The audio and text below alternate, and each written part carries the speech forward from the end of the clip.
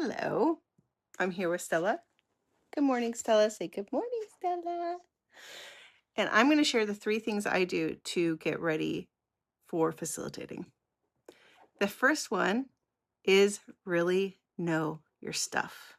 If you go to a certification, often you'll spend a couple days learning the program, and that'll be great. And then you'll go back and then you'll have to facilitate it.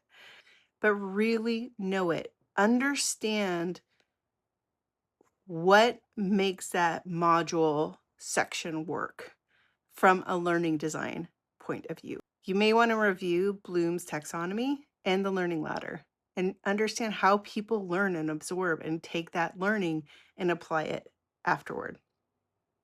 Also, really understand how the learning ties back to the learning objectives. Okay, next, practice out loud. Ask people to listen. Ask people who will give you real feedback, not just your pals who'll be like, no, it's good, it's good.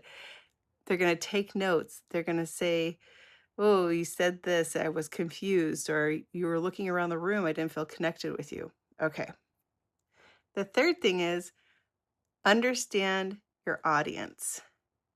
Now, you're going to have to change your stories or examples within the program. That's always how we want to make it real. We want to tie it back to a real situation. So if I'm teaching crucial conversations, I'm going to give an example of somebody I worked with, or even a personal example, but give actual examples when you use that skill and the results of that skill.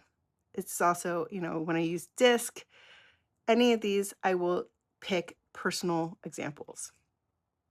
Or if I'm creating scenarios within the program, I will work with people from my audience ahead of time to make sure I'm picking relevant examples or scenarios. And I'm going to give one bonus, which is if you are facilitating virtually, understand all your energy is from here to here. You could be wearing a hula skirt underneath if you need to, but focus your energy here to here because that is what people see. When you're in person, you get so much more luxury of using your body.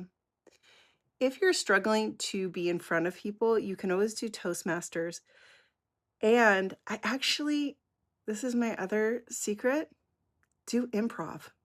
You want to get better at your feet, on your feet, at your feet, on your feet? Take an improv class because you have to ebb and flow with partners on stage, especially if you're co-facilitating. It's really helpful. And those are my tips for being a great facilitator. Have a beautiful day.